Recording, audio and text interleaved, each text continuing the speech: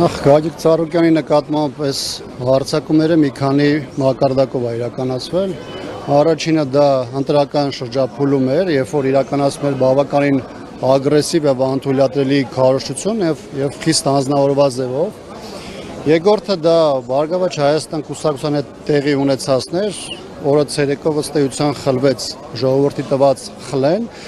քվեն եւ բացարձակ ապօրինությունների ճանապարհով Բարգավաճ Հայաստանին թույլ չտրվեց մուտք գործել խորհրդարան։ Եվ երրորդ մակարդակը հիմա է դրսևորվում, երբ որ մի կողմից քաղաքական հարձակումներ են տեղի ունենում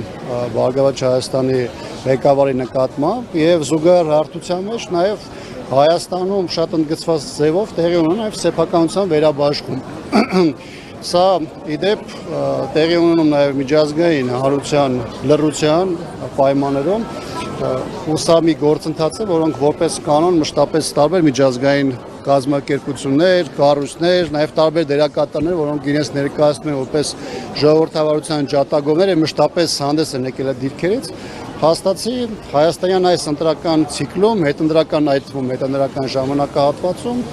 չկա որևէ լուրջ հակազդեցություն եւ ըստ էության սրանով նաեւ ցույց է տրվում Հայաստանում տեղի ունեցող քաղաքական գործընթացների նաեւ աշխարհաքաղաքական ֆոնը եւ շահագրգռվածությունը կոնկրետ դերակատարների։ Ես կարծում եմ, որ սա թեև այս պայն տեղի ունում Գագիկ Ծառուկյանի դեմ, բայց եւ քաղաքական առումով եւ նաեւ տնտեսական առումով սա շատ բավականին լուրջ ազդակ է նաեւ ներսի դրսի բոլոր այն ներդրողների համար,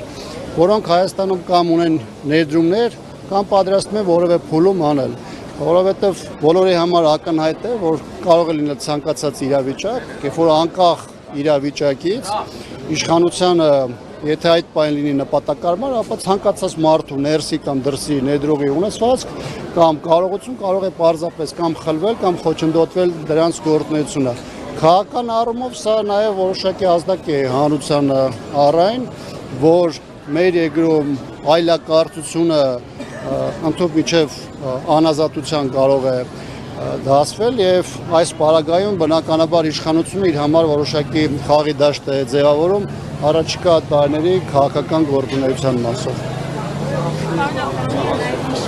Նախընտրական քարոզարշավի ժամանակ ինչպես Նիկոլ Փաշինյանը ինչ հայտարարություն կատարեց եւ Սերժ Սարգսյանի եւ Ռոբերտ Քոչարյանի եւ Սամվել Կարապետյանի եւ Գագիկ Ծառուկյանի վերաբերյալ սա կարող ենք դիտարկել, որ այդ գործողությունների նախերգանքն է եւ հասնելու է ինչպես Ռոբերտ Քոչարյանին, այնպես Սերժ Սարգսյանին եւ Սամվել Կարապետյանին, որ կարող են ասել ակտիվացնել։ Տարբեր փուլերում ենք ականատես ենք եղել այնպիսի գործընթացի, երբ որ քաղաքական տարբեր ամբիոններից, խորհրդանից կամ խորհրդանից դուրս հայտարարվել է կոնկրետ քաղաքական թիրախի մասին, իրավապահ համակարգը հրապարակային հանձնարարություն է ստացել քաղաքական իշխանությունից եւ անցել է առաջ։ Նաեւ սրանով պայմանավորված է դուք քվարկեցիք մարդկանց, որոնք տարբեր քրեական գործերով անցնում են։ Սամվել Կարապետյանը այս պահին նաեւ սահմանափակումներով տնային կալանքի ռեժիմում է։ Սերժ Սարգսյանի նկատմամբ անընդհատ քրեական գործեր են հարուցվում, Ռոբերտ Քոչարյանի նկատմամբ քաղաքական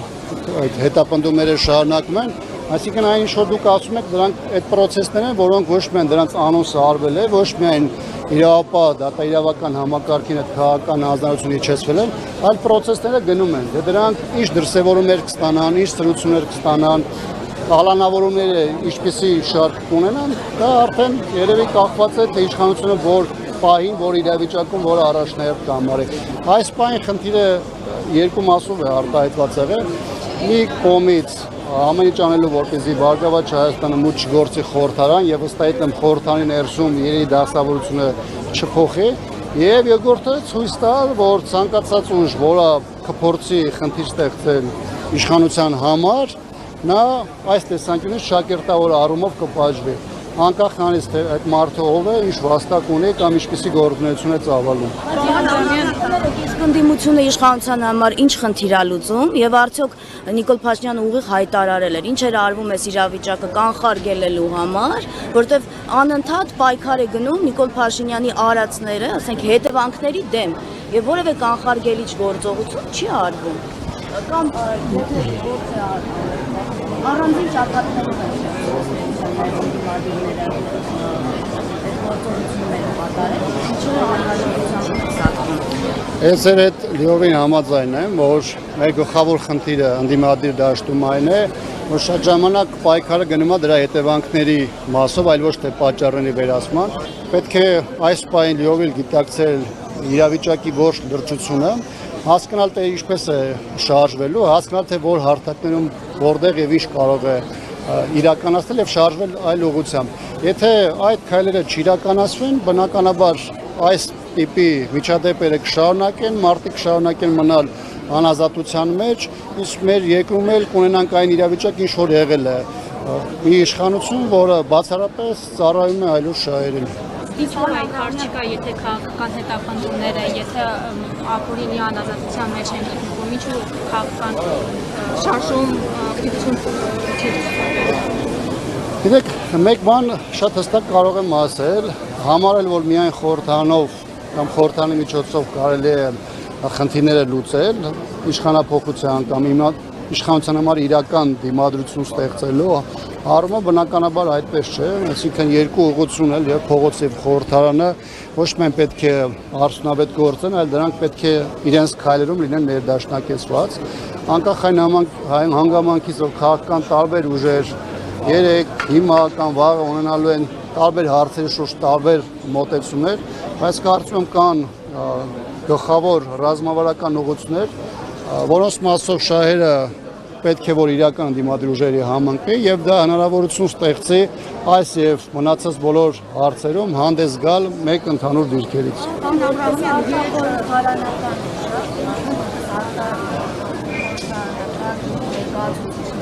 Ինչ եք անելու, այսինքն այսպես դուք եք գալու հետևանքների դեմ պայքարելու թե որպես արտախորհրդարանական ուժ նաև ձեր օրակարգն եք ունենալու, որտեղ հիմա կարծես թե ավելի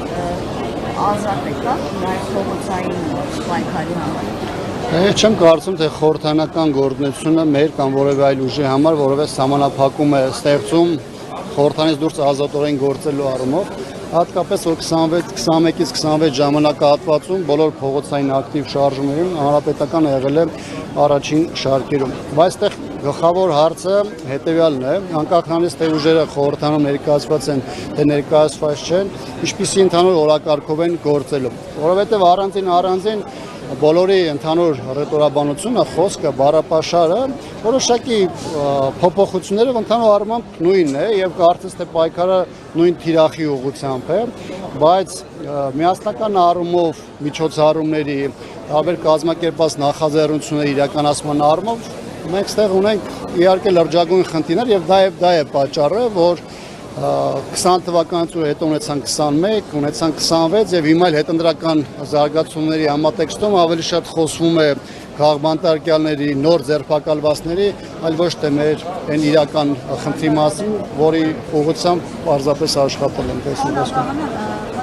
Գալիք Սարուկյանին առնչվող այս բարությունը ուղիղ ասում են նաև քաղաքացիների վրա։ Նա երեք առնչմոլին բողոքի ակցիա իրականացնողներն ասում են, ինչով ենք մեղավորում ենք մեր քաղաքական հայացքների համար, եթե հավասարապես հարկատու ենք պետությանը։ Եվ նրանցից ոմանք այլևս գործելու հնարավորություն չունեին։ Այս հարցն էին բարձրացնում եւ հիշատակում են, որ հենց իրենց վճարած հարկերի շնորհիվ է դպրոց կառուցվում, կենսաթոշակ բարձրացում։ Ես կխնդրեմ ձեր արձագանքը այս քաղաքացիների հարցին։ Գիտեք, մարդը ընդհանրապես մարդկային կապիտալ այս իշխանության համար որևէ արժեք չունեն։ Իր համար կան դրված նպատակներ, իսկ այդ նպատակի համար ամենաանթույլատրելի, ամենաանբարոյական, ամենաոչ օրինական միջոցները այստեղ կիրառվում է եւ իշխանության համար ընդհանրապես հետաքրքիր չէ, թե մեկը աշխատում է, չի աշխատում, իր ընտանիք գումար տանում է, թե չի տանում։ Այս իշխանության պարագայում այդ մարդկային գործոնը այստեղ ընդհանրապես հաշվի առնելու անհրաժեշտություն չկա, որտեղ այս 8 տարիները ցույց են տվել, որ իր համար կա մեկ նպատակ, դա իշխանությունը հնարավորինս երկար պահելն է եւ դրան հասնելու ճանապարհին բոլոր քայլերը ձեռնարկվում են։